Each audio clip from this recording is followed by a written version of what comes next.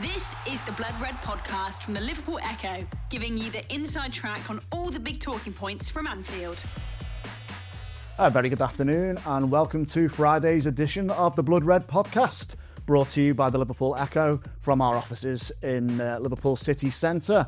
We're back in Premier League action this weekend with Liverpool at home to Burnley, a 3 p.m. kickoff.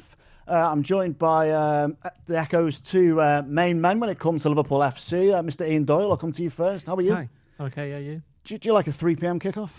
I actually do. They are my preferred choice of association football kickoff times. A traditionalist? Yeah, well, yeah, but to that point. Yeah, to that point, yeah. Fits in with your routine? Well, there is no routine if you're covering for a football club because they're always changing the kickoff times. You make a good point. What about you, Paul Gorst? Well, yeah, probably, because it means that we, particularly at home, you get home, Andy, which is always good. So, yeah, more 3 p.m. kickoffs, please, particularly the ones that are at Anfield. I am also a fan of the 3 p.m. kickoff. Obviously, the UK is subject to a 3 p.m. blackout of all football coverage. Not the case if you're overseas, although someone told me the other day that you can use a VPN to make a laptop think that you're in another country, which is interesting, because if I was going to use a VPN, I would use NordVPN. But you wouldn't use it for that, though, because that would be technically... Well, I knew nothing about this till the other day. So if I was to have a VPN, I would use NordVPN, who just happened to be the sponsor of the Blood Red podcast. To get the best discount of your NordVPN plan, go to nordvpn.com/Blood Red. Our link will also give you 4 extra months on the 2-year plan. There's no risk with Nord's 30-day money-back guarantee, and the link is in the podcast episode description box below. Got there in early doors today. I was a little bit late, a little bit tardy with it the other day. It was good, though. I enjoyed it. If anybody wants to listen back to it. What was it? I've heard about this. How did you weave it in on Monday's pod? I've forgotten. So have I. I forgot it was that good. I can't remember. Quite a lot. Was it Ronaldo? Oh no, it was Bruno Fernandes. He got his Twitter account hacked. Yeah. We're saying if he had a secure internet connection, I would have never. There you go. See, there you go. So I've heard he's signed up. He's got his 4 months extra free. Yeah. Anyway, bring us back onto the topic in hand. Liverpool against Burnley, as I say, on Saturday. Arne Slot has faced the press this morning. Before we get into his press conference, though, it has been a little bit of breaking news this afternoon in that I can probably now say former Liverpool transfer target Marc Guehi has, we understand, agreed in principle to join Premier League rivals Manchester City. That doesn't strike me as particularly good news for Liverpool. Ian Doyle, what do you make of it? It's not great news, but if you look at the internet, it's as though the club has disbanded and decided to melt down everything and all the players and all that kind of nonsense. So I don't think it's as bad as some people are making it out to be, but it's still not particularly great if you've got a transfer target that you wanted to sign and in fact agreed to sign, and you agreed a deal to sign him 4 months ago. Is it 4 or 5 months ago? And then it looks as though he's going to another Premier League rival and one that is above Liverpool in the table at the moment, and of course who Liverpool have competed against for the title over many years, over the past 5, 6, 7 years. Now, the obvious question is, well, why don't Liverpool make a bid for him? And I'm sure we've all got views on that. My own personal view is that Liverpool made it clear in September that they wanted to sign him, obviously. He agreed that he wanted to come, obviously. Then Palace pulled the plug. These are all just facts. And using logic, Liverpool have said, well, we'll come back for you in the summer when you're available for nothing. We'll try and sign you then. And presumably he's gone fine, gone back to Palace, played half the season. Now, bear in mind, none of this would have happened had Man City not got loads of injuries at centre-back. So the City are now being reactive to something that's happened in their squad. And they've gone up to him and said, would you like to join us? And from what we're led to believe, he said, yeah. Now, if he wanted to join Liverpool, he could have just waited a few months and then joined them at the end of the season. So, while Liverpool, by not making a bid for him, certainly the way that we've been led to believe is that they're not going to make a bid to match City's bid in the in this month. The way, from Liverpool's point of view, is that here's a player who they persuaded to join, and now he doesn't want to join them. It's as simple as that. So why bid for him? It's a fair point. He'd already done a farewell video for Crystal Palace, which I think he ran, so maybe he can just reuse that for Manchester City. I don't know. We'll leave that up to him. But Liverpool have got injuries in defence. They're missing a centre-back. They're now missing a right-back. It kind of made sense to bring someone in, and he looked like a player who might be able to do that. And I'm hearing that the sort of reported fee that City are offering is £20 million, which is obviously less than what Liverpool we're going to pay in the summer. Yeah. Why not just bring him in? Why haven't they done this? Yeah. No, I'm of the belief. I'm of that stance. I think, Liverpool.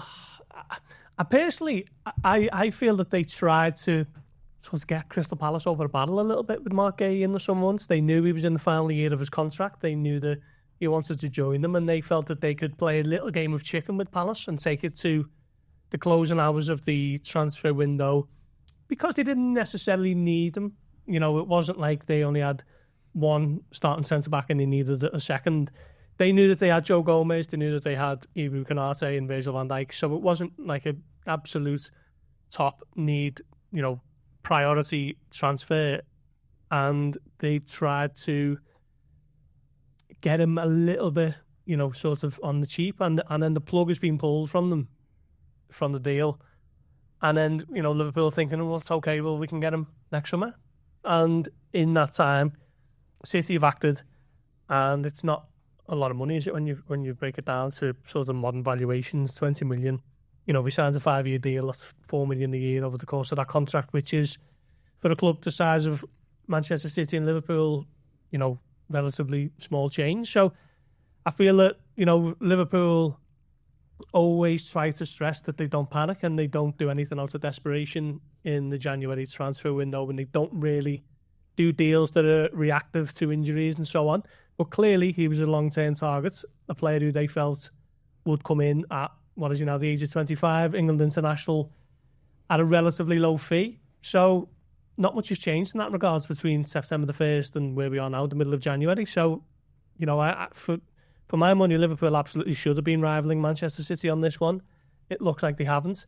City have got a free run of it, and they're going to get, a top quality centre-back for relatively next to nothing, really. Liverpool have just paid, 27 million for Giovanni Leone, who's a real, highly thought of prospect for the future. But Marc Guehi plays for England. He's going to be at the World Cup this summer, and City are getting him for 20 million. So, if you'd ask me, Liverpool should have rivaled City, not because it was out of desperation or because they were panicking, but because it was a deal that was being brought forward. Because they always say the best deals are the ones, best deals in January, the ones that are brought forward 6 months, and this one certainly would have been that. So, yeah, it feels like Liverpool have missed a trick on this one. I think we've got to bear in mind as well that Man City would have offered him incredible wages to come, and they'll have also, or presumably, knowing the way that they work, he'll have gone, well, I could get a signing on fee by joining in, moving somewhere in the summer. They go, well, you can have that, and there's a bit more. So there's no way that Liverpool, or don't forget, Arsenal wanted to sign him as well. So Arsenal have been blown out the water as well. Just their need isn't as well. I'd say Liverpool's need isn't massively pressing right now. If somebody gets in, one of the centre-backs gets injured, even then there's one more you can put in. Yeah. I think it's more looking further down the line in terms of, that's probably why Liverpool were quite happy to wait until the summer to try and sign him, because Van Dijk's not getting any younger. He's out of contract the following season. Obviously, Konate wouldn't be there as things stand, because he'll have gone. And Joe Gomez is out of contract at the end of next season, following year as well. So he's in his 11th year now as a Liverpool exactly, player, and he's never consistently available. Well, okay, he's not been consistently available this season. The last couple of seasons he was. The season before, I think. I think for Liverpool, it's just not a great look, is it? That's the thing. A lot of this is about perception, and I think that you've gone for this play. If Liverpool actually wanted Marc Guehi quite as much as they did, they wouldn't have waited till the last minute to try and sign him in the summer. That's what I mean. I think they were trying to play a little bit of chicken with Palace. Don't forget, they had quite a lot of other stuff going on with a lot of other players that they were trying to sign. And then there's some people who are trying to be wise. We were talking about this before, weren't we? Trying to be wise after the event and going, well, you should have kept Quansah and not signed Isak. And it's like, I'm pretty sure there's absolutely zero people in the world who would have said, if you'd have said, when Isak was about to sign for Liverpool, go, sorry, deal's off when we're bringing back Gerald Quansah. Imagine that. I mean, you do have that buyback clause on Quansah eventually.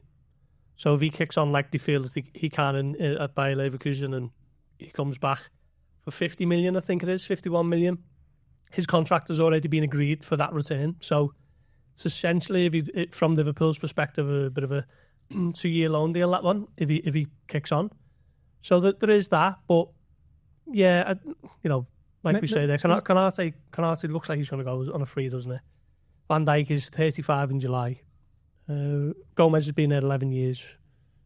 They're going to need a centre-back, at least one, at least two, actually. So, maybe Liverpool know that and they are going to bring Quansah back, and they'd obviously take a £16 million hit because it's only for, was it 35? Yeah. 35. So it's kind of a £16 million difference. And that forms part of their long-term planning. But the thing is, you can be a bit too clever about things. You can't plan everything for the future. You need to, in terms of the long-term future, because football by its very nature is the vagaries of modern football, as it were. And once you've got a transfer market that more and more clubs are getting more and more money and more competitive, and this, that, and the other, it's not so straightforward. Just as we've seen with Marc Guehi, I'm pretty sure in September you'd have looked at it and gone, well, Liverpool are the team on the up and Manchester City are the team who might be struggling a little bit. I definitely want to join Liverpool. Maybe some of that's come into his thinking. He's looked at it and gone, oh, Liverpool are struggling a bit now. So City, I know I'm going to be playing ahead of the World Cup because they've got no centre-backs. That might not necessarily have been the case at Liverpool if he'd have come now, but probably would be next season if he'd have waited. So that's that. And I think... Go on, sorry. No, I was just going to say, I've just to turn, take a little leaf out of Richard's book as the host asking the questions, but do you think sometimes Liverpool are too sort of invested in what the plan is as opposed to reacting to things that happen? There's two ways of looking at this. The answer, well, first way is to answer that question, which is yes, they are. But the second thing is, I don't think you can be good at both. I don't think you can be good at both unless you've got absolutely tons of money. And the only two teams who could possibly get away with that, one is Man City, the other's Chelsea. They're the only two teams. Even Real Madrid can't do that. They have a very different way of working. They just try and could use their kind of reputation. Cachet. Yeah, it's just to get people in on free transfers, as Liverpool kind of know. And then they've got enough money to spend on big ones when they want to. So I do think Liverpool, this particular transfer model, they aren't great at reacting to certain things. And we know this because, as I wrote it earlier this week, actually, about, I think we maybe mentioned it in the podcast, where Ozan Kabak and Ben Davis, and then Arthur Melo, none of whom were anywhere near a success. And it's a little bit unfair to put too much blame on the players themselves, because one came in for next to nothing and two were on loan, right? And one came in from the Championship, having never played in the Premier League before. Why would you not want to join Liverpool if that's the case? The mistakes or the misjudgments are on part of the FSG and the recruitment team and whoever was the sporting director at the time. I think it was the first one was that Michael Edwards, wasn't it? The first 2021, yeah. And the second one was that Yorkshire, or was it Julian Ward? It was Julian Ward, wasn't it? What, for Arthur Melo? Yeah. Was Julian Ward because August 2022. So it would have been Julian Ward, wouldn't it? Yeah. But even then, it might not even be down to the individuals. It's just down to the whole ethos, because it hasn't really changed that much, the way that they approach things. So I think Liverpool are very good at planning, as we've seen in the summer just gone, very good at getting certain plans over the line, certainly transfers you might not have thought were even possible just 2 weeks beforehand. Certainly the case of Florian Wirtz. But in terms of reacting, not great, because I do believe that at that top level, the only way you can react in such a good way is if you've got loads of money, and Liverpool don't. Well, I'm not sure it's going to fly with a lot of the supporters, though, because, Manchester City and Chelsea may have greater spending power or be able to offer higher wages or not. But the bottom line is, though, a lot of supporters will look at this and say, this was a player we were going to sign in the summer. He didn't come at the last minute due to a bit of an issue, and that Palace weren't able to replace him and held firm in their position. There's been some criticism that Liverpool didn't try and wrap that deal up earlier in the summer. Now we get to January, he's seemingly going elsewhere, and Liverpool's the defence that they had at the start of the season is weaker now than it was, or the defensive ranks that they have is weaker now than it was when it was before they'd even agreed a deal to sign Marc Guehi, and now they've got injured players, and they've also missed out on him. So are they going to go and get someone else in January, or is he just going to try and stick with the lot that he's got? Because I feel like that's going to put Slot under more pressure whenever a result doesn't go his way. Yeah, but what was interesting today is he got asked about transfers, didn't he? And normally he says he doesn't speak about transfers, and a lot of the time it's not even worth asking the question, particularly with specifics over contracts and stuff. But he did say that they were all aligned, in alignment with regards to, essentially they're all in agreement over what needs to be done. So sounds like corporate business speak to me. It does a bit. It is a bit sort of LinkedIn language and something you might get on The Apprentice. But blue sky thinking. Yeah. Oh well, that's maybe not great with the sky breeze getting gay. But go on. It did suggest that there's been conversations around what happens now. Maybe they have looked at the injury stuff and think that maybe they do need to do something, and if something can work itself out. And it's always the phrase that keeps coming up, a market opportunity. And I think Arne said it himself today. What does that really mean? Are they not all market opportunities? So I don't necessarily think it's a case of, absolutely no chance we're not doing anything. But, maybe one or two irons are being sort of moved towards the fire as we speak, and something could happen. But, there's no denying that, City have got one over on Liverpool a bit with this one, because he was a player who Liverpool wanted. With England international who would have turned 26, I think, just around the time that he would have come in as a free agent, and that would have left him, almost at par if Konate leaves on a free, and then he can build from there. So Liverpool need a centre back. They haven't signed one since Konate. With respect to Leone, who if you're being unfair, you wouldn't necessarily call him a senior at the moment. 19 years of age, played about 75 minutes or whatever. Yeah.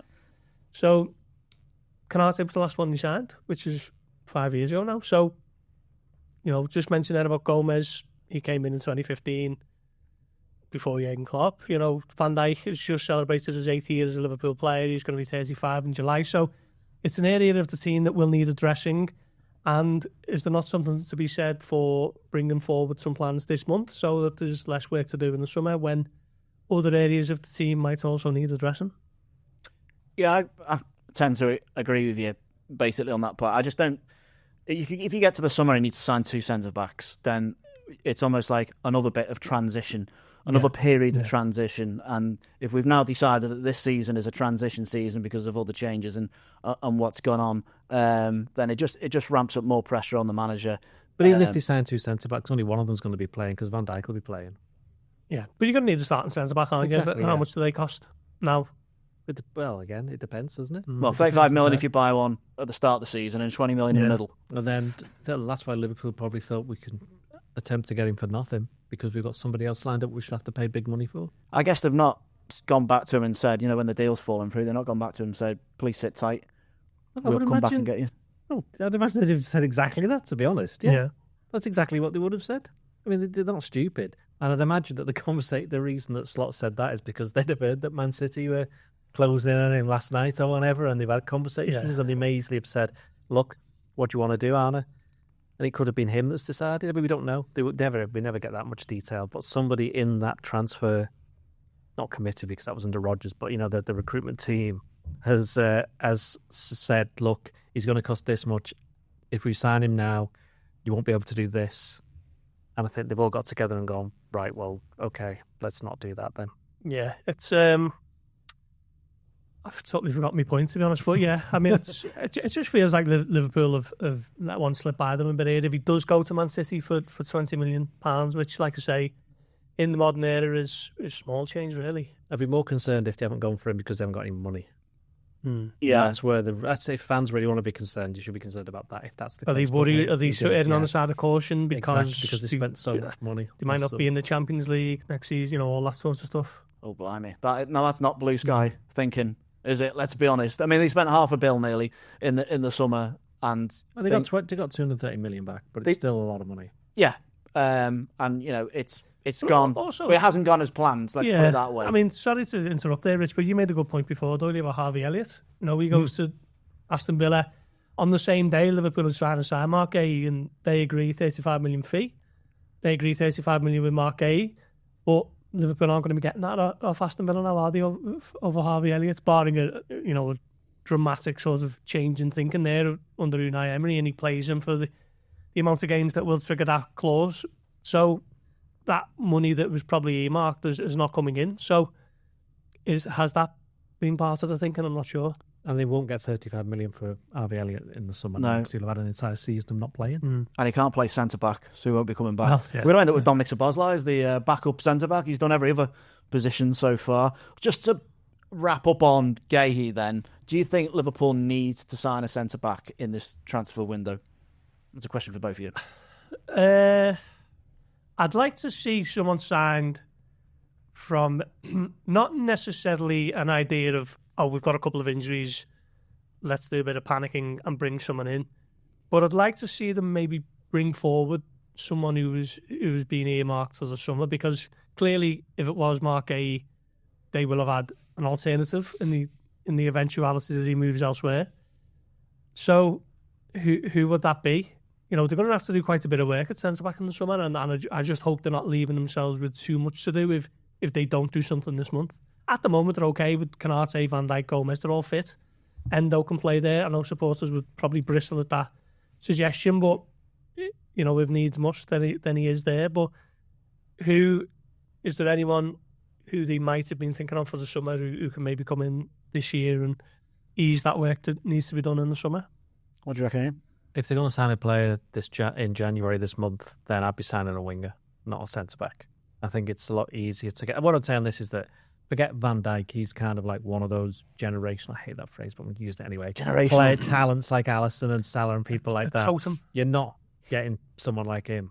But Guehi, Canate, Gomez, they're all kind of, I'd say, around the same level. And so you've got more chance of getting a player like him, but you're looking long term at replacing Mohamed Salah. Again, you're not going to replace him, but forwards are obviously more expensive than defenders. That's just the way the football is, because it's a lot harder to create score goals than it is to keep them out. So if they've got a chance to get in a player that they want, who's an attacking player this month, and that's the one I'd be doing. Although having said that, I wouldn't have been averse to Guehi signing, because I do think he's quite good, and I think he'd be a good player going forward. In terms of, for Man City, he'll be good. So that's where Liverpool have lost out. Forget Liverpool, Man City have signed a good player. And they got Semenyo as well, who was also a mooted Liverpool target. So whether it was going to happen or not, I don't know. But they've made two good signings. They've strengthened the pack. Having Pep Guardiola said that they weren't going to do that. Yeah. Best part of 100 million. The sly little fox. Yeah, I mean, it's going to be Imagine a fox there. I know, I would have that was going. Should have been banned in some countries. City have spent 85 million now, roughly, isn't it, this month? Having spent... 200, wasn't it, last January? In January, last year. So they have got money. Yeah. You've reinforced the fact there that they have money. And they're still miles behind Arsenal. Well, to be fair, spent more than anyone in the summer, so it's weird, isn't it? It's how spending a load of money normally means you end up where you are. Normally. We would like to see Liverpool sign Mickey van der Ven. I think he'd be good. Plays on the left. Chatting about it recently. Really? Or was there was some rumour suggestion that he could be one. Yeah, that's like he's comfortable on the ball. He's one of the quickest players in the Premier League. I think he'd allow Liverpool to push up, play a bit higher up. Bit mad.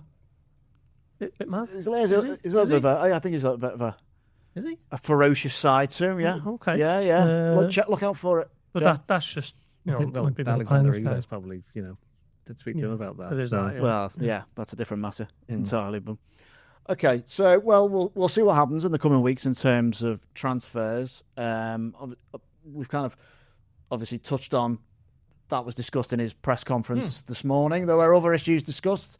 Injury-wise, obviously only long-term injuries at the moment. I think obviously Conor Bradley has been added to that list, unfortunately, along with Isak and Leone. But a clean bill of health otherwise. Good news in that respect.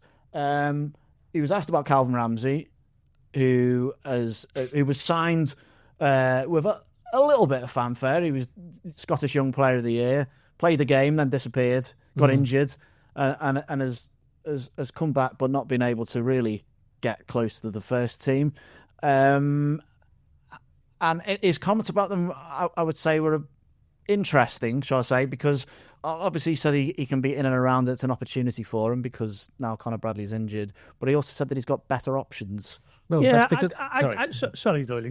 I think if you read that quote on social media of one of the aggregators or whatever, it sounds very harsh, out of context and written down. But he was basically just making the point that he's got an opportunity to catch our eye because he's training with the first team.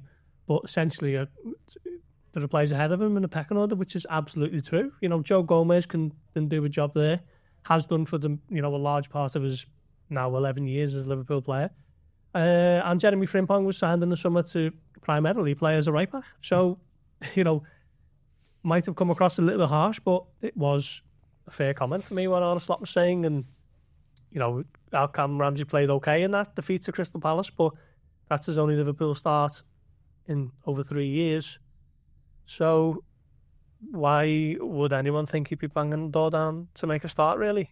6 months ago, fans weren't clamouring to Calvin Ramsay to be in the team, were they? And then that's just a reality. That's a statement of fact. And if, some players are better than others.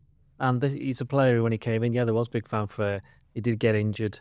And he's not the first, young player to join a club or get injured. And then, unfortunately, teams develop in a certain way that mean that he no longer probably fits into the plan. For example, he signed under Klopp and Slot's in charge now. So there's one thing. He had a couple of failed loan moves, or differing experiences, should we say. But, I've seen a little bit of him this season playing for the under-21s, and you can tell he's probably better than that level now. Certainly playing the EFL Trophy, he's one of Liverpool's best players when I've seen him play. And he did okay against Crystal Palace, but what I'd say I agree with Gorst in the sense that was just taken out of context. It looks hard. He looks very Dutch, should we say? Yeah. They're very straightforward. He gave it for a start. He didn't bring it up. He was asked that question. He was asked about Ramsay in the press conference, so he didn't, not as if he brought it up, and he just went, "Well, actually, he's done really well to get in and around the squad. People get injured. All the people have an opportunity. This is his opportunity to be training because he wasn't doing it for the previous 2 years, training every single day around the first team squad, being on the bench quite a lot." He says, "But I've got better options than him to play at right back at the moment," which he has. So it's just a case of a few supporters just being a bit too easily offended by Arne Slot's forthright. I think you'll find it's supporters certainly online supporters who've got an agenda against Arne Slot who just want him out of the club, and they're just going to jump on anything. And I think without watching the press conference and just seeing it written down in that, I have better options, I think probably sounded a lot worse than it was. So you put those two together and, it feeds that frenzy, as it were. Indeed. Well, we'll put that one to bed then, I think. Andy Robertson is vying for a position with Milos Kerkez. I have criticised Kerkez a little bit, but I also agree that he needs a good run in the side to establish himself. Do we think Robbo has a future at Liverpool? He's said that he wants to play, but he also wants to stay at Liverpool. So there's only one way you can do that, and that is to, one, be in the team. And, well, I say there's only one way. There's 2 points to it. Be in the team and also play that you can't be taken out of the side. Will he have the opportunity to do that is the question. Yeah, I mean, it's... spoke to you, didn't he? Yeah, spoke to him on Monday night after the game and asked him about his contract and said that, he would like to stay, but he's got to sit down and see what offers are on the table from both the club and from other clubs who may be interested in him. And I'm sure that they're queuing around the block for a player of his quality. I think he's in... I think Liverpool have got a really... I mean, I wouldn't say no-brainer as such, but, the right answer for me is if they let Andy Robertson go, they're going to need a deputy to Milos Kerkez. Now, how much is that going to cost to find the required quality for someone who can come in and not have the level drop? Whilst also needing centre-backs. Whilst also needing centre-backs. So Tsimikas is still on the books, isn't he? I mean, depends what happens with his loan deal, doesn't it? But, Liverpool could lose that as a player, and they could also lose what he gives to the dressing room, that culture that Liverpool has been fostered at Liverpool across much of the last decade. He's been a huge part of that. He's the vice captain for a reason. He's a influential figure behind the scenes, and still a really good player.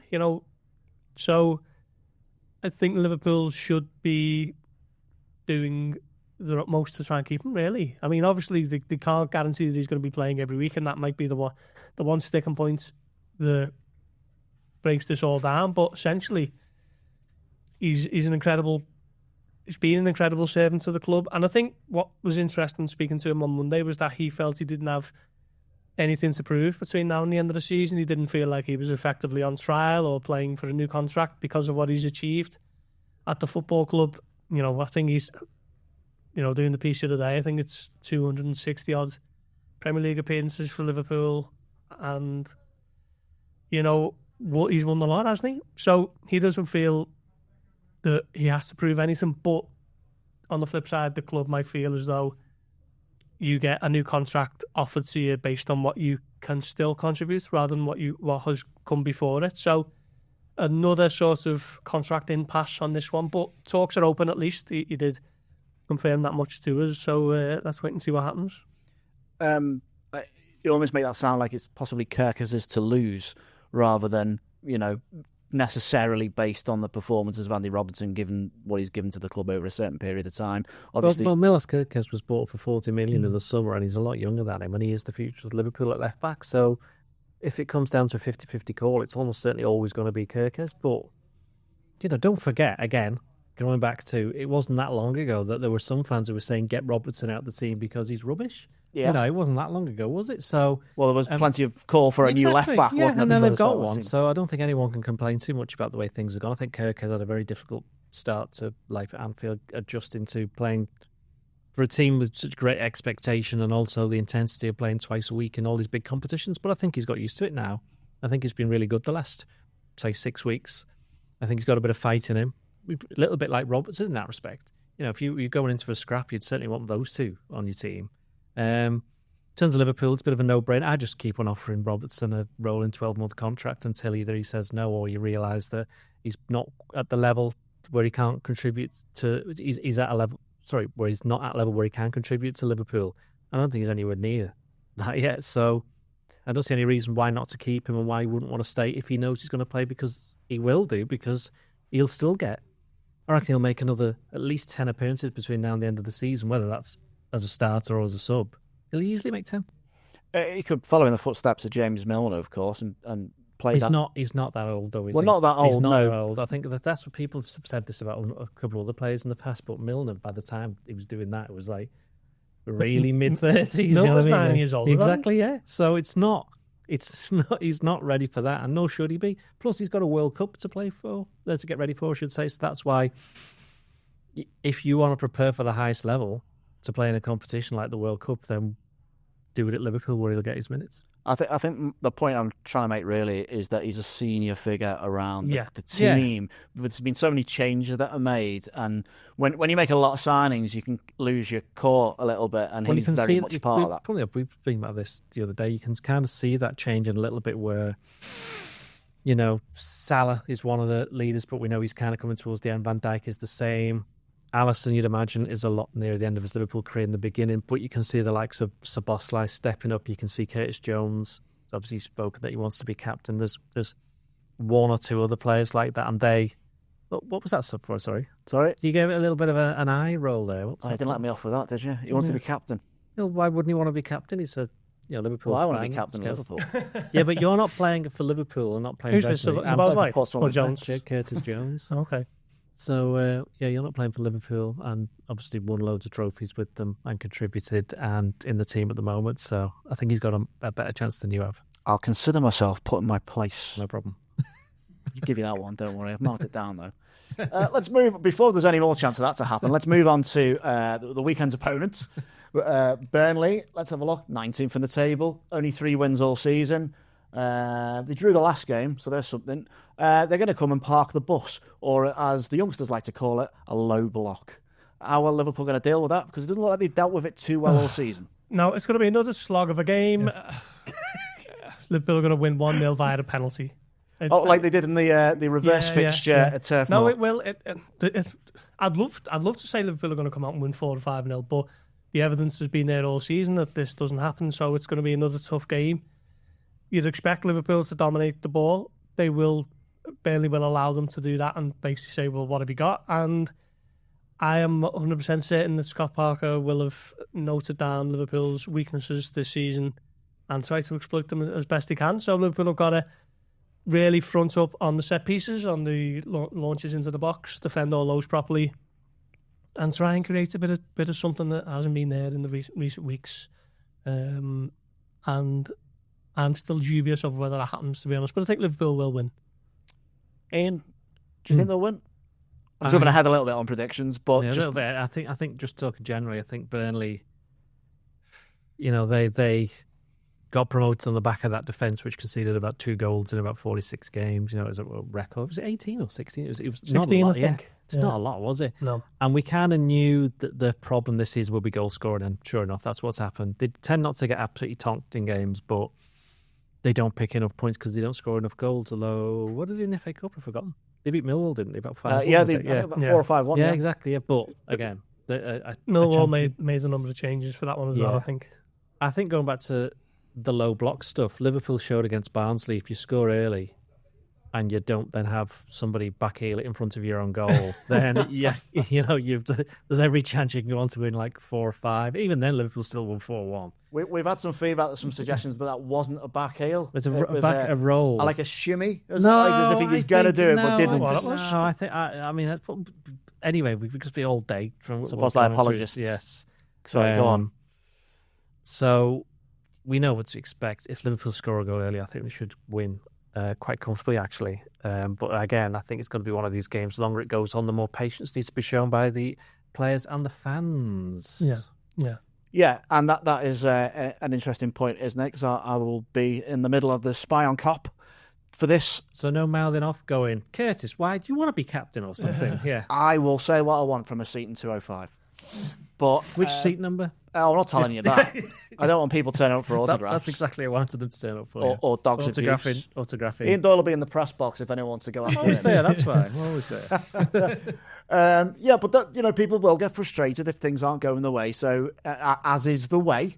Yep. So there's a bit of onus on Liverpool, obviously, to try and make that an entertaining watch, and at the same time, the supporters to do their part as well. Is it just a matter of working together and being patient at this sort of slightly frustrating time? Yeah, it's the famous chicken and the egg thing, isn't it? With what brings the atmosphere? Is it the fans inspiring the players, or does someone do something at the ordinary that gets the fans on the edge of the seats?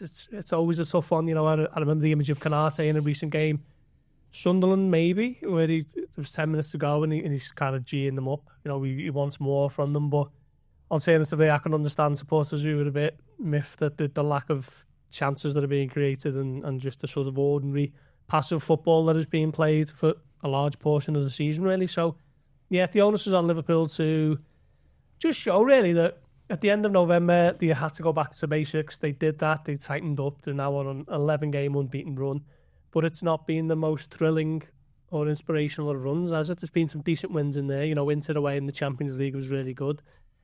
But now you're just wanting to see them sort of take the shackles off a little bit and just open up and try and be a bit more expansive. And, not be in games until the last kick of the game. Because I think that's been a real problem for Liverpool. It's taken so much out of the energy reserves that they're not getting games wrapped up on 65, 70. It's to playing to 97, 100 minutes in plenty of games. And that can't be good for you over the course of a full season. It's a nightmare for the early dart brigade, let me tell you. What do you think provides more atmosphere, the chicken or the egg? Which is which? Well, no, a chicken or an egg. Oh, if you're confronted with one of those, which provides more atmosphere? Probably the chicken. Yeah, I'm going with the chicken as well. Mm-hmm. Yeah. Unless you really liked eggs, which would be really excited at the prospect of having one. If it was boiled at a particularly high height, maybe it would match the chirp. But I feel we've digressed. We have, yeah. Could Arne Slot be tempted to keep a couple of things back, bear in mind that they're playing away Marseille 4 days later? No. I don't really think he's got the options to. We look at how strong he went on Monday night. It was pretty much as close to full strength as possible, really. Maybe Florian Wirtz and Ekitike obviously on the bench. But, yeah, I don't see it, really. With everyone fit, maybe. But, first choice right back's out. The £125 million striker is out. So, yeah, I can't see it. No, I think you're right. Okay, well, without further ado then, let's get into team selections. Alisson in goal. Yeah, happy with that. Yeah. We can agree on that, Ian. We can do, yeah. A back four then. I assume you're playing a back There's four. a back four as well. Yeah, we're doing well here. What would you pick? Frimpong, Konate, Van Dijk and Kerkers. Yeah, I'm trying to play devil's advocate, but I can't really. Maybe Frimpong further forward, but he plays a right back. Gomez, maybe. Do you know what? Just for the sake of being different, I'll put Gomez at right back and I'll keep Frimpong in reserve. It'll be awkward, haven't you? That's just talking points, isn't it? Yeah, I think we provided enough so we needed far. someone to offer a bit. To be fair, I've picked exactly the same back four as Ian, so did need someone to be different, so fair enough. So, so Frimpong, Konate, Van Dijk, Kerkers. Let's go to the midfield then. How would you see that shaping up for this one? It's 4-3, isn't it, really? Szoboszlai, Gravenberch, Jones and McAllister. McAllister didn't start. Did McAllister start the other night? I can't remember. No. He did. Gravenberch didn't. Yeah, that's right. I'll bring Gravenberch back in alongside Jones and Szoboszlai. McAllister can sit it out. Yeah, I think I'd do the same. Gravenberch, Szoboszlai and the future skipper in there together. And you can always mix it up, can't you, if you need to later in the game. Ian? I wouldn't do that. Good. And I don't think Slot will either. Okay. I think it'll be McAllister and Gravenberch and Wirtz at number 10. No Jens. No, they'll save him for Champions League because that's the tournament he likes to play in. Okay, up front then. Still no Mohamed Salah. Yep. He'll be back soon. Last game, we believe, yeah. Yeah, he's got a lovely third placed playoff against Nigeria on Saturday. Yeah. Sure, he's delighted he's got a play. Worst possible outcome for that for Liverpool, have Salah play right until the end. Because if he gets to the final or he's in the third place playoff, he's still playing the same amount of games, but he's not having the opportunity to go and play for the trophy where he might come back and with a bit of buoyancy and a bit more of a spring in a step. So that's poor. That really, but yeah, Frimpong on the right, Ekitike back from the start, and Florian Wirtz on the left. Okay, I forgot because you've took Gomez to right back. I thought you had Frimpong in twice for a second. I was like, hang on a minute. Okay, Ian. So Szoboszlai on the right, Ekitike up front, and Gakpo on the left. Oh, okay. I will. I've already put Szoboszlai in the middle, haven't I? Yeah. You can change it if you want. I've kipped myself, haven't I? It's Ekitike through the middle. Yeah. Okay. It's not real, this, by the way. Yeah, it's not. Yeah, I've got a bit of a problem. I've definitely got Wirtz in.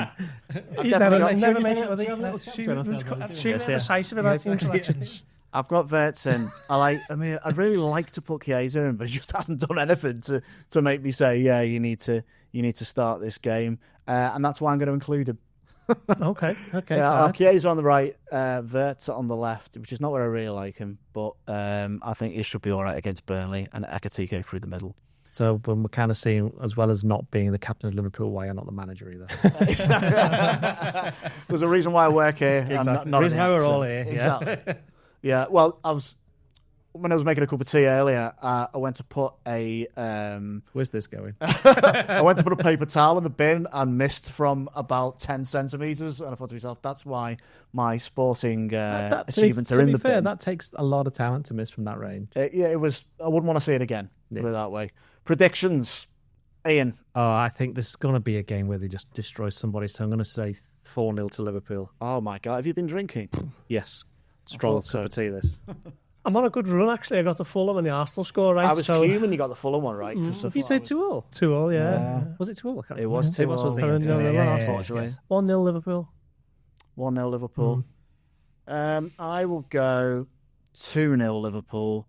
They get one fairly early and then just drag it out forever for the second one. But a win, nevertheless, and hopefully keep some pressure up on Marc Guehi's new team, Manchester City. You both be there on Saturday? Yes. Yep. Who's going to Marseille? Me. You? Mm-hmm. Look after yourself? Yeah. It's not one for the bucket list, but, I've been twice. It was fine. I think the Velodrome will be nice, but... You must look French. Maybe that's what it is. Yeah, sacred blue. Well, obviously I'll be at Anfield as well on Saturday, so hopefully... What was your seat number, sorry? I didn't give you it. and never will. Just going on 205 and looking for them. Yeah. Get us up to 205. Join all the old guys in there. Everyone's welcome. You do get a lot of people in there actually who don't know where they're sitting. Basically, you just walk through. Be there, yeah, it does happen, but we soon move them on. Anyway, that brings us to a conclusion. 3 o'clock kickoff, thank the Lord, on Saturday. Hopefully 3 points to Liverpool. We'll be back on Monday, I believe, with a reaction to that ahead of the Champions League as well. Have a great weekend. This is the Blood Red podcast from the Liverpool Echo, giving you the inside track on all the big talking points from Anfield.